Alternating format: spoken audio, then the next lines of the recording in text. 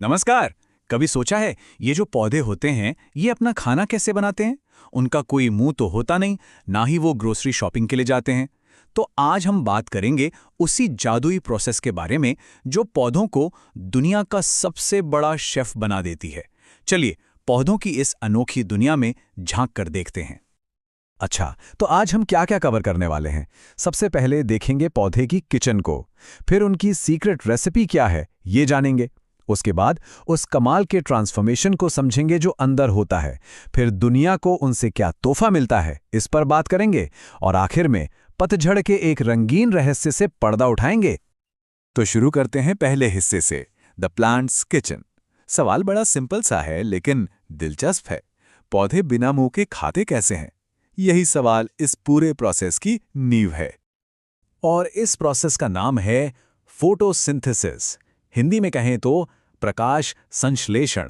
Basically ये वो कमाल का तरीका है जिससे पौधे सनलाइट की एनर्जी को केमिकल एनर्जी में बदल देते हैं और इससे अपना खाना खुद बना लेते हैं। सच में, इसीलिए तो कहते हैं कि पौधे दुनिया के सबसे बड़े शेफ्स हैं। तो चलिए आगे बढ़ते हैं। Section 2, the secret recipe. अब देखिए, किसी भी अच्छी डिश की तरह पौधों को भी खाना बनाने के लिए कुछ खास इंग्रेडिएंट्स की जरूरत पड़ती है। कोई गैस कर सकता है कि वो क्या हो सकते हैं? रेसिपी सुनने में काफी सिंपल है लेकिन है बहुत पावरफुल। इसमें आते हैं 3 main ingredients. Number 1, carbon dioxide जो हवा से मिलती है। नंबर 2, पानी जो जमीन से मिलता है। और नंबर 3, सबसे जरूरी, सनलाइट यानी सूरज की रोशनी। तो पहला इंग्रेडिएंट यानी कार्बन डाइऑक्साइड पौधा लेता कैसे है, ये बड़ा इंटरेस्टिंग है। पौधे की पत्तियों पर बिल्कुल छोटे छोटे पोर्स या छेद होते हैं जिनको स्टोमेटा कहते हैं। समझ लीजिए ये पौधे के नन्हे नन्हे मुंह हैं जो हवा से कार्बन डाइऑक्साइड को सांस की तरह अंदर खींच लेते हैं। अब आते हैं दूसरे इंग्रेडिएंट पर, यानी पानी पर। यह मिलता है जड़ों से, यानी रूट से।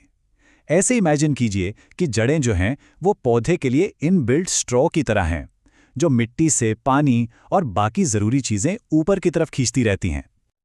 और अब फाइनल इंग्रेडिएंट, सनलाइट। पत्तियों के अंदर एक हरा पिगमेंट होता है जिसे क्लोरोफिल कहते हैं। यह बिल्कुल एक सोलर पैनल की तरह काम करता है। सनलाइट की एनर्जी को कैप्चर करता है और फिर शुरू होता है खाना पकाने का असली काम। तो अब हम पहुंच गए हैं अपने तीसरे हिस्से पर, द ग्रेट ट्रांसफॉर्मेशन।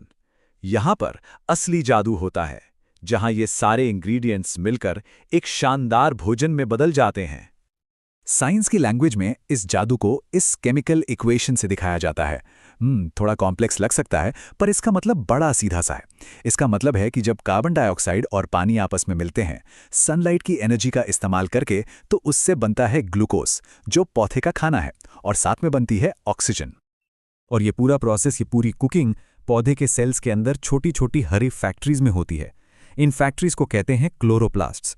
यही वो जगह है जहां क्लोरोफिल रहता है और अपना सारा काम करता है। तो अगर शॉर्ट में समझें, इनपुट्स क्या हैं? कार्बन डाइऑक्साइड, पानी और सनलाइट। और आउटपुट्स मतलब बदले में क्या मिलता है? एक तो ग्लूकोज जो पौधे का फूड है, उसकी एनर्जी है, और दूसरा ऑक्सीजन जो हमारे लिए, इस धरती के लिए लाइफ है। तो अब चलते हैं अपने चौथे सेक्शन पर।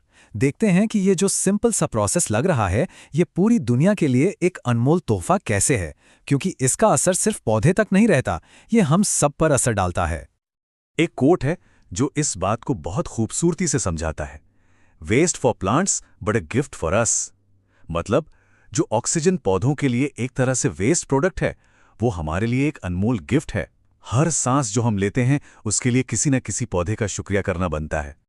तो आखिर फोटोसिंथेसिस इतना इंपॉर्टेंट क्यों है? सबसे पहली बात, ये हमें सांस लेने के लिए ऑक्सीजन देता है, हर एक सांस। दूसरा, ये अर्थ पर लगभग हर फूड चेन का बेस है। मतलब छोटे से कीड़े से लेकर बड़े से शेर तक सब इसी पर निर्भर हैं। सीधे शब्दों में कहें तो अगर ये न हो तो लाइफ जैसी हम जानते हैं वो एग्जिस्ट ही नहीं करेगी। और अब आ गए हैं हम अपने आखिरी 5वें हिस्से पर, एन ऑटम मिस्ट्री। ये ऐसा लगता है जैसे नेचर की एक कलरफुल फेयरवेल पार्टी चल रही हो, लेकिन इसके पीछे की साइंस क्या है? ये खूबसूरत रंग आते कहां से हैं? तो सवाल ये है कि पतझड़ में पत्तियों का रंग आखिर बदलता क्यों है? एक ऐसा सवाल है जो बचपन में या कभी ना कभी मन में जरूर आया होगा। सोचा है इस बारे में कभी? तो चलिए इसका राज खोलते हैं। होता क्या है कि जब सनलाइट कम होने लगती है और मौसम ठंडा होता है, तो क्लोरोफिल यानी वो चीज जो पत्तियों को हरा रंग देती है, वो टूटने लगती है। और जैसे ही हरा रंग कम होता है, उसके नीचे छुपे पीले और लाल रंग के पिगमेंट्स वो दिखना शुरू हो जाते हैं। वो हमेशा से वहीं थे, बस हरे रंग ने उन्हें छुपा रखा था। और अब जाते जाते एक आखिरी सवाल, क्या पौधे रात में फोटोसिंथेसिस कर सकते हैं? अब देखिए, इसका सीधा सा जवाब तो है नहीं, क्योंकि उन्हें सनलाइट चाहिए। लेकिन कुछ पौधे, खासकर गर्म रेगिस्तान वाले, उन्होंने जिंदा रहने के लिए कुछ बड़े अनोखे तरीके निकाल लिए हैं, जिससे वो रात में भी अपना कुछ काम कर लेते हैं। खैर, ये शायद किसी और दिन की चर्चा का विषय है, या हो सकता है आप इसके बारे में खुद थोड़ी रिसर्च करें।